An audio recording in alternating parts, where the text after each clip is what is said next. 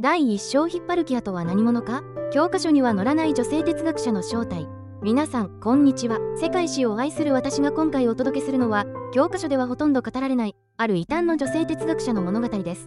彼女の名前はヒッパルキア。生まれは紀元前350年頃のギリシャトラキア地方。古代ギリシャで男性ばかりの哲学の世界に飛び込み、しかもそれを実践で証明し続けた稀有な女性です。ヒッパルキアは裕福な家庭に生まれ、当時としては珍しく高い教育を受けた女性でした。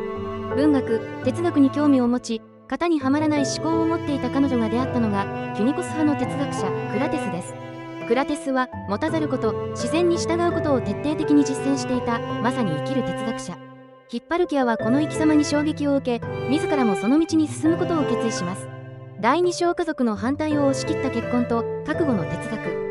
クラテスと結婚したいと言ったヒッパルキアに対し、当然ながら家族は猛反対します。物乞いと一緒になるなんて何を考えているんだ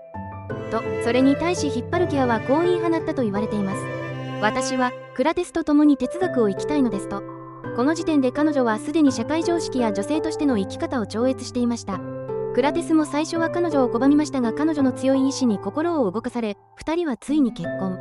この結婚は愛だけでなく、思想と覚悟の上に成り立った哲学的パートナーシップだったんですね。第3章常識崩壊。これが古代ギリシャの女性哲学者のリアルな日常。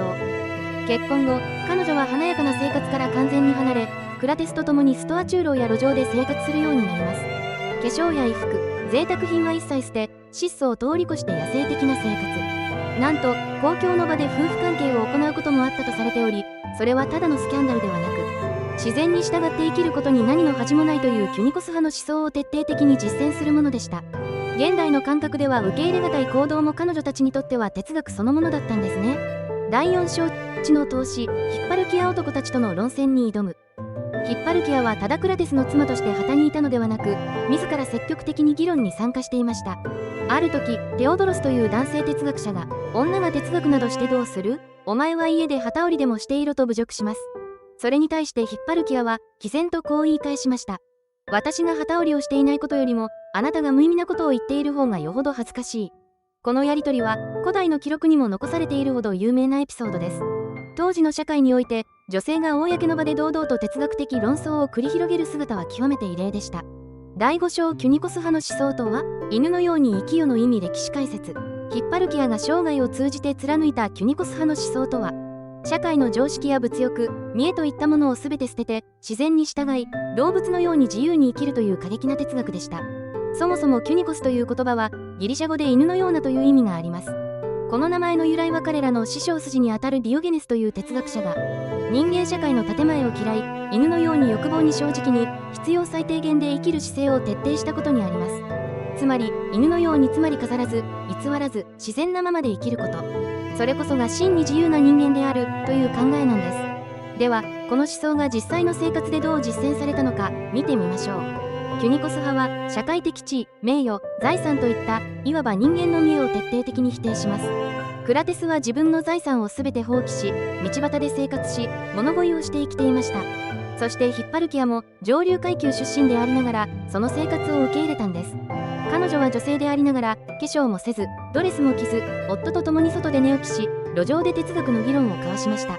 さらに驚くべきことに、彼らは愛すらも隠しませんでした。ある記録では、ヒッパルキアとクラテスが公共の場で性交を行ったという話が残されています。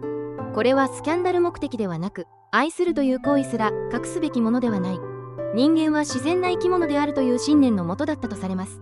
また、彼らは物を持たない代わりに言葉を武器にしました。通行人や権力者に対しても臆することなく哲学を語り、時に人々を挑発して本当の自由とは何かを問いかけたのです。つまり、キュニコス派の生活は哲学の実践そのものであり、ヒッパルキアはその最前線で体現していた極めて希少な女性だったというわけです。現代の感覚で見ると、キュニコス派の生き方は過激にも見えるかもしれません。ですが彼らが追求したのは、人間が持つ本来の自由、そして虚飾を捨てた真の幸福でした。ヒッパルキアはその思想を男性に負けることなく、むしろ誰よりも純粋に生き抜いた人物です。今なお、物や地位に振り回されがちな私たちに本当に大切なものとは何かを問いかけてくれる、そんな哲学者だったのです。第6章なぜヒッパルキアは忘れ去られてしまったのか。それほど強烈な存在だったにもかかわらず、ヒッパルキアの名はほとんど教科書には載っていません。理由の一つは文献が極めて少ないこと。彼女自身の著作は現存しておらず、他の哲学者の記述の中にわずかに登場するのみです。また、当時の社会は男性中心、女性が公に血を語ること自体が異常であったため、意図的に記録から排除された可能性もあります。それでも、ヒッパルキアの名は哲学史の端っこにしっかりと刻まれ、現代の私たちに自由な生き方とは何かを問いかけ続けています。